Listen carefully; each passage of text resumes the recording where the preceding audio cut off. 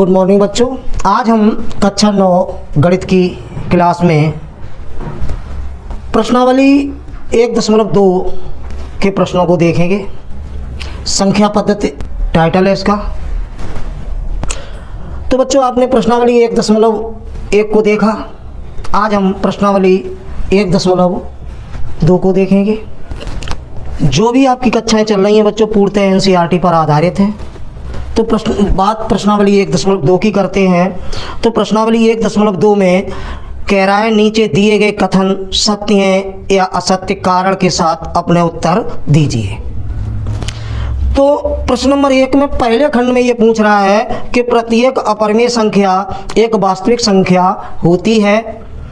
तो बच्चों जहाँ तक सत्य और असत्य की बात है तो ये सत्य है, ये सत्य है, क्योंकि अपरिमेय संख्याएं और परिमेय संख्याएं मिलकर ही वास्तविक संख्याएं बनती हैं। अतः दिया हुआ कथन सत्य है।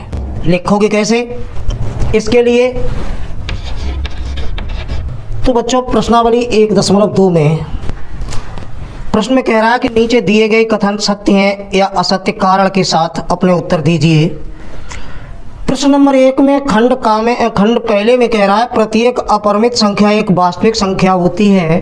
तो बच्चों जहाँ सत्य और असत्य की बात है तो यह कथन सत्य है, क्योंकि अपरिमेय और परिमेय संख्याएं मिलकर ही वास्तविक संख्याएं बनती हैं। अतः जो दिया गया कथन है वो सत्य है। नंबर 2 में कह रहा है कि संख्या रेखा पर प्रत्येक बिंदु √m के रूप का होता है, जहाँ m एक प्राकृत संख्या है।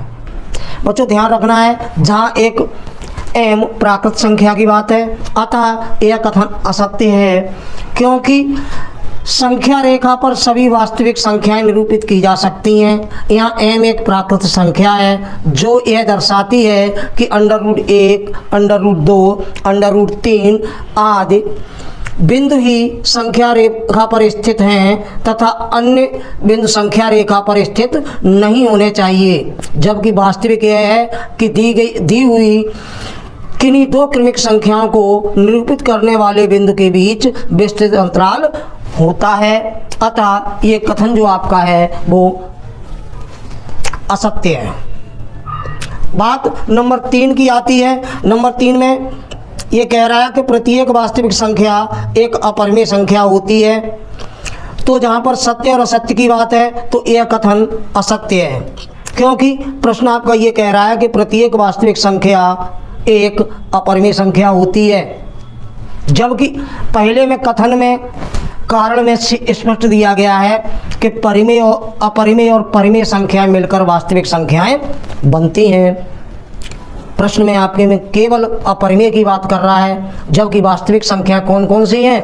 परिमेय और अपरिमेय दोनों प्रकार की संख्याएं जब मिलती हैं तब आपकी वास्तविक संख्या बनती है। प्रश्न में जैसे ही कह रहा है कि प्रत्येक वास्तविक संख्या एक अपरिमेय संख्या होती है, गलत। तो आप चाहे तो लिख सकते हैं यह कथन असत्य है, क्योंकि परिमेय संख्याओं और अपरिमेय संख्याओं के संग्रह से वास्तविक संख्याओं का समुच्चय निर्माण होता है। जैसा कि पहले बताया गया है, पहले खंड में स्पष्ट किया गया है कि अपरिमेय और परिमेय संख्याएं मिलकर वास्तविक संख्याएं बनती हैं। इसलिए ये तीसरा जो आपका खंड है वो तीसरा कथन है वो असत्य है। आप अपने शब्दों में उसे लिख सकते हैं। थर्ड में लिख सकते हैं